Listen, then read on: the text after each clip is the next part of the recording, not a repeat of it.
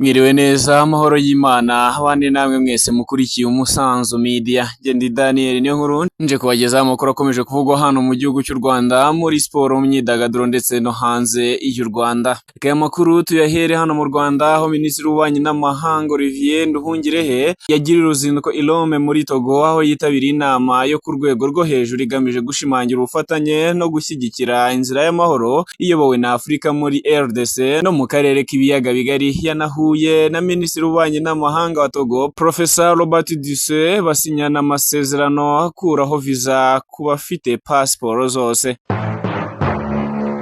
Mu yandi makuru kandi, polisi y'u Rwanda ikorera mu mujyi wa Kigali yemeje ko muri hafi y'ishuri ryo mu murenge wa Rutunga mu karere ka Gasabo habonetse igisasu cyo mu bwoko bwa grenade, ariko kikaba cyahise gitegurwa kikanakurwaho ntawe kiragiraho ingaruka. Iki gisasu cyari hafi y'urwunge rw'amashuri rwa Kayanga mu mudugudu wa Kigabiro mu kagari ka Kigabiro mu murenge wa Rutunga. CIP Gahonzire Werarisi, umuvugizi w'ishami rya polisi muri uyu mujyi wa Kigali, yemeje aya makuru avuga iby'iki gisasu, aho ngo bahawe amakuru n'abaturage.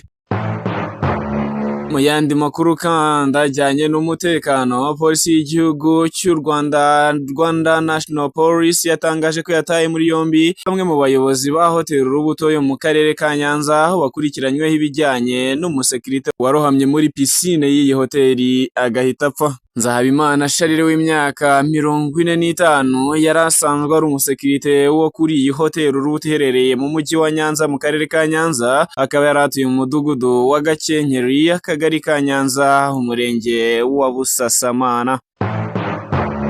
Tukiri muri iyi ntara y'Amajyepfo kandi reka dukomereze mu karere ka Huye, aho bamwe mu baturage bahingaga mu butaka bari baratijwe na Kaminuza y'u Rwanda ishami rya Huye baravuga ko batangajwe no kubona abakozi b'iyi kaminuza bazindutse barandura imyaka bari barahinze batamenyeshejwe impamvu, bakaba basaba kwishyurwa ibyangijwe byose. Abaturage bavuga ko bari barahawe ubutaka na Kaminuza y'u Rwanda ishami rya Huye kugira ngo bahingemo babifashe kwiteza imbere. Icyakora batangajwe no kubona ubuyobozi bw'iyo kaminuza bwohereje abantu muri iki gitondo cyo kuri uyu munsi, abantu barandura imyaka yabo yari imaze gukora, mbese bitegura kuyirya mu gihe kiri imbere. Abaturage bose basaba ko bahabwa ingurane y'imyaka yangijwe kuko bavuga ko bamaze gutakarizamo amafaranga menshi cyane udasize n'imbaraga zitagira ingano. Dr Jean Bosco Shema, umwe mu bayobozi ba Kaminuza y'u Rwanda iri shami rya Huye, nawe yavuze ko ibyabaye bidakwiye, ko abahinzi batari bakwiye gutungurwa bene ako kageni. Nubwo uyu muyobozi avuga ibi, abaturage bo bavuga ko bari barabanje kubwirwa guhinga imyaka yera vuba, ariko kubera ko iyo bahingaga yajyaga yonwa n'inyamaswa ziva mu ishyamba rya Kaminuza baza kubireka. Nyuma ngo ubuyobozi bwabahamagaye babwira ko bashobora guhinga ibyo bashaka, ari nayo mpamvu bahinze imyumbati kandi banayihinga ubuyobozi bwa Kaminuza buhari, ariko ntibwagira icyo bukora ngo bubahagarike cyangwa bubabuze guhinga iyo myumbati. Ibi bituma abaturage bavuga ko batunguwe cyane no kubona imyumbati yabo irandurwa nyamara yari igeze hafi yo kwera bitegura kuyirya, bagasaba ko Kaminuza yabitaho ikabishyura ibyangijwe byose, bityo imbaraga zabo ntizipfe ubusa.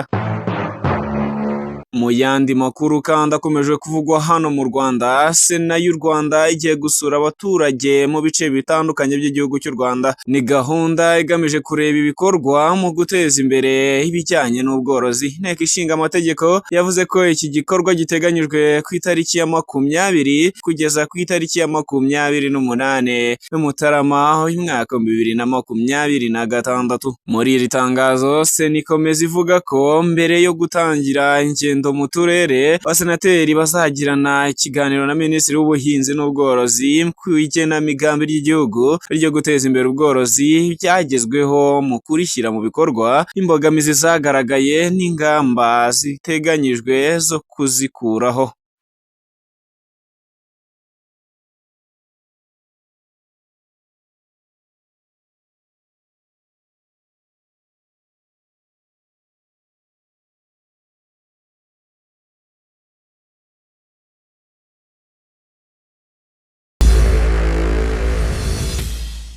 Muri siporo kipe zirimo Mukura Victory Sport ndetse na Kiyovu Sport ntizumva ukuntu Ferwafa yabariganyije ku gukina igikombe cy'intwari cy'uyu mwaka w'imikino. Kuwa mbere nibwo ishyirahamwe ry'umupira w'amaguru hano mu Rwanda Ferwafa ryasohoye ibaruwa imenyesha amakipe ko igikombe cy'intwari uyu mwaka kizakinwa n'ikipe enye mu bagabo ndetse n'ebyiri zo mu bagore zitwaye neza sezo y'umwaka 2024-2025. Izo kipe zirimo Rayon Sport, APR FC, Police FC ndetse na AS do Kigali. Mu bagore ebyiri zikaba zirimo Rayon Sport ndetse na Indahangarwa Women Football Club. Inyuma yo gusohora itangazo, Ferwafa yashize hanze impamvu igaragaza ko byatewe n'uko imikino ibanza ya shampiyona uyu mwaka, bityo bafata umwanzuro wo kwifashisha izasoje ziri imbere mu mwaka ushize w'imikino w'ibihumbi 2024-2025. Ariko aya makipe ya Kiyovu Sport ndetse na Mukura Victory Sport asaba ibisobanuro, cyane ko muri uyu mwaka w'imikino zibonaga nk'amakipe agomba kwitabira irushanwa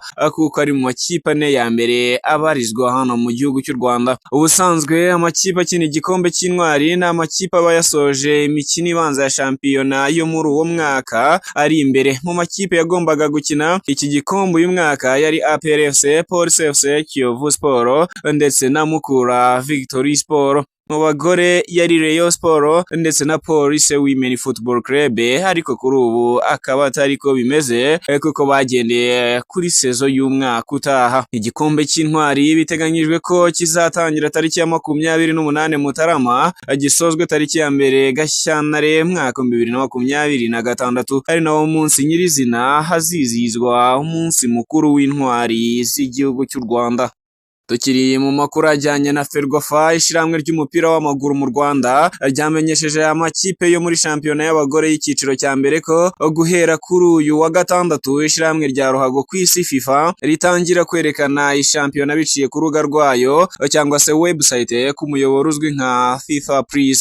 Iyi gahunda iratangirana n'imikino yo kwishyura ya shampiyona y'abagore iza gutangira kuri uyu wa gatandatu tariki ya 17 Mutarama uyu mwaka ku bibuga bigiye bitandukanye bya hano mu gihugu cy'u Rwanda. Biteganyijwe ko buri munsi w'imikino cyangwa se journée mu Gifaransa cyangwa match day mu Cyongereza hazajya herekanwa imikino ibiri yatoranyijwe. Ni gahunda igamije kuzamura umubare w'abarebeye shampiyona, kugaragaza impano z'abagore bakina ruhago, kureshya abafatanyabikorwa ndetse n'ibindi bitandukanye. Ku ikubitiro imikino yatangajwe ko izaherwaho yerekanwa n'uwa Kamonyi Women Football Club ndetse na Bugesera wabereye kuri stade ya Ruyenzi saa 6 z'amanywa kuri uyu munsi, ndetse nuza guhuza Flavor Women Football Club ndetse na AS do Kigali Women Football Club ku isaha y'isa 9 z'amanywa, n'umukino uri burubere hariya kuri tapi rouge. Naho muri AFCON cyangwa se igikombe cya Afrika umwaka 2025 ku munsi w'ejo ku cyumweru hazakinwa finale aho ikipe y'igihugu ya Maroc izacakirana n'iya Senegal.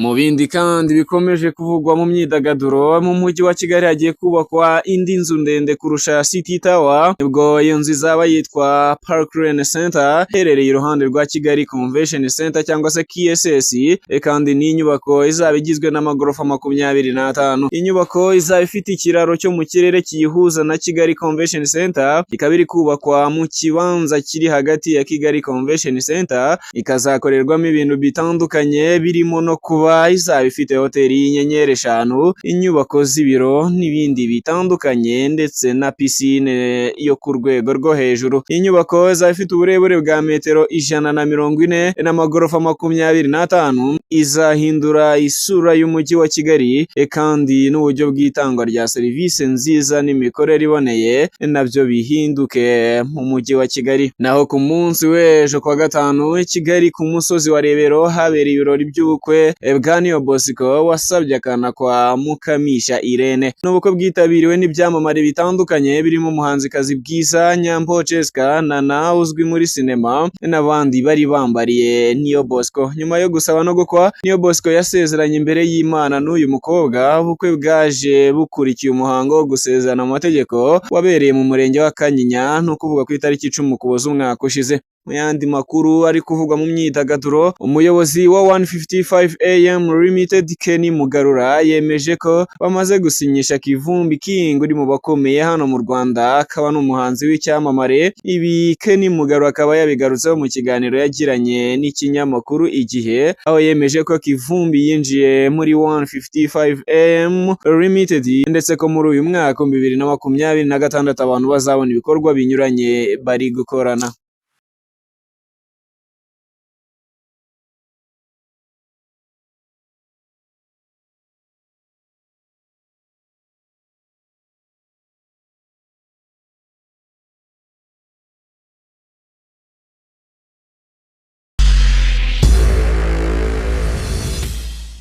Mu makuru ari kuvugwa hanze y'u Rwanda, polisi y'igihugu cya Uganda yatangaje ko abantu 7 aribo bamaze gupfira mu bikorwa by'urugomo byabaye kuva amatora yatangira ku ya 15 kugeza ubu. Urugomo rukaba rwarabereye mu mujyi wa Butambala uri ku birometero nka 55 mu majyepfo y'uburengerazuba bw'umurwa mukuru w'igihugu cya Uganda ariwo Kampala. Ni ibikorwa bivugwa ko byateguwe n'uwitwa Muwanga Kivumbi uri mu bagize inteko ishinga amategeko, bagabye igitero kuri polisi n'ahagenewe kubarirwa amajwi. Abantu 25 batabwa muri yombi. Mu gihe uyu munsi biteganyijwe ko aribwo hari butangazwa ibyavuye mu matora, ishyaka National Unity Platform NUP ritavuga rumwe n'ubutegetsi bwa Uganda ryatangaje ko umunyapolitike Robert Kyagulanyi cyangwa se Bobi Wine yatawe muri yombi hakoreshejwe kajugujugu ya gisirikare akajyanwa ahantu hatazwi. Aya makuru kandi yemejwe n'ishyaka rye mu butumwa ryanyujije ku rubuga rwayo rwa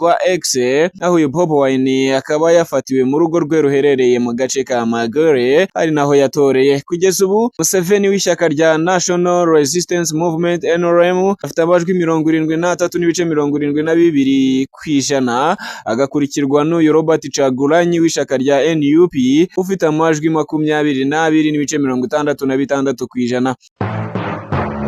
Nanone kandi mu makuru akomeje kuvugwa hanze y'u Rwanda, mu gihugu cya Congo, impunzi nyinshi z'abanyekongo zicumbikiwe mu nkambi ya Busuma mu ntara ya Buhumuza iri mu burasirazuba bw'u Burundi zigumuye zigerageza gutaha muri Repubulika Iharanira Demokarasi ya Congo. Intangiriro z'Ukuboza umwaka ushize, Burundi bwakiriye impunzi zirenga 100,000 zahunze imirwano yabereye mu bice byo mu kibaya cya Ruzizi, zahasanze izindi zari zihamaze igihe kinini. Impunzi nshya zashyizwe mu nkambi z'agateganyo zegereye umupaka zimaze iminsi zitakambira cyangwa zijujutira leta y'u Burundi kugira ngo izifungurire inzira zitahe, kubera ko ubuzima bwazo zibayemo bugoye cyane kuko inyinshi muri zo zikomeje kuhasiga ubuzima, nabo bagatinya ko bashobora kuhasiga ubuzima bwabo.